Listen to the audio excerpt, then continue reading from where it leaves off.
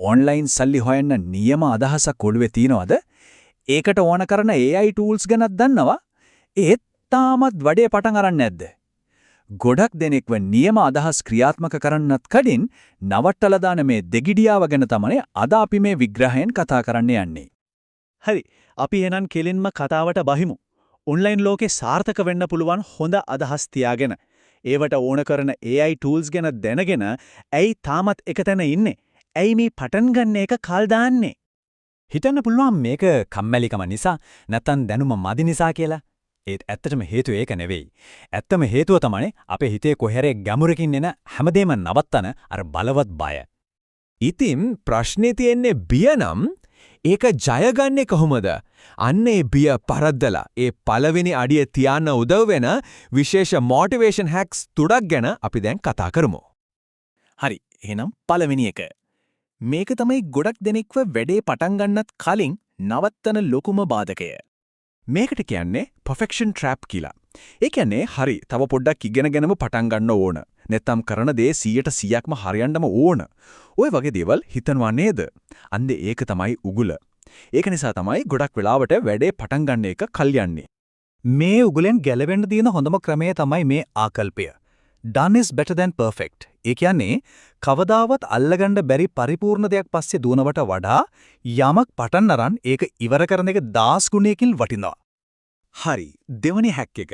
මෙතනදී අපි AI දිහා බලන්නේ වෙනස්ම විදිහට. නිකම්ම ටූල් එකක් වගේ නෙමෙයි.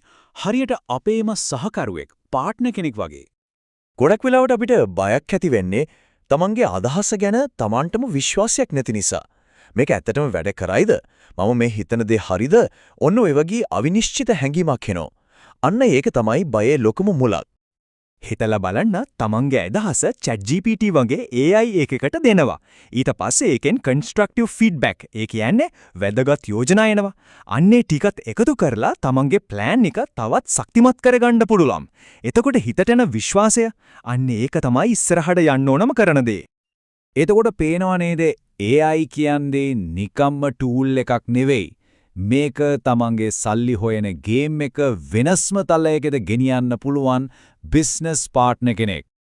හොඳයි. අපි මෙච්චර වෙලා බැලුවේ ටෙක්නොලොජි පැත්ත. ඒත් අපි ජීවත් වෙන්නේ ලංකාවේ. අපේ සංස්කෘතිය ඇතුලේ මේ බයට මුහුණ දෙන එකත් වැදගත්. අන්න ඒ ගැන තමයි මේ තුන්වෙනි උපක්‍රමය. ඇත්ත කතාව තමයි ලංකාවේ ගොඩාක් දෙනෙක් අසාර්ථක වෙන්න, ෆේල් වෙන්න පට්ට බයයි. ඒක ලොකු ප්‍රශ්නයක්. ඒත් පොඩ්ඩක් හිතන්න සමාජයේ කතා වෙන්නේ ට්‍රෙන්ඩ් වෙන්නේ වැඩේ ෆේල් වෙච්ච අය ගැනද? නෑනේ. හැමෝම කතා වෙන්නේ අභියෝග මැද්දේ හරි වැඩේ ගොඩදාගත්ත අයගේ සක්සස් ස්ටෝරීස් ගැන. මේක තමයි වැදගත්ම දේ. යමක් පටන් ගන්න ඕන කරන ශක්තිය, ඒ ඩ්‍රයිව් එක. ඒක පිකින් හොයන්න ඕන දෙයක් නෙවෙයි. ඒක ඇත්තටම Taman ඇතුළේම තියෙන දෙයක්. පටන් ගන්න කිව්වම කන්දක් පෙරලන්න ඕන නෑ. පොඩියට පටන් ගන්න. මෙන්න බලන්න. එක 5 ගිග එකක් හදන්න. එක YouTube වීඩියෝ එකක් දාන්න. එහෙමත් නැත්නම් එක බ්ලොග් පෝස්ට් එකක් ලියන්න. ඔය වගේ පුංචි දෙයකින් පටන් ගත්තම අර ලොකු බය ටිකෙන් ටික නැති වෙලා යනවා.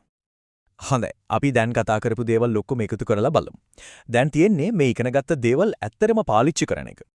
එහෙනම් දැන් තියෙන ලොකුම ප්‍රශ්නය තමයි ඊළඟට මොකද කරන්නේ? මේ හැමදේම අහගෙන ඉඳලා ඊළඟට ගන්න පියවර මොකක්ද? අන්න ඒ ගැන හිතන්න ඕන. එහෙනම් තවත් බලන් ඉන්න දෙයක් නෑ. කල් දාන්න එපා. වැඩේ අදම පටන් ගන්න. හිතේ තියෙන බය පැත්තකට දාලා තමන්ගේ ගමන අද මේ දැන්ම පටන් ගන්න.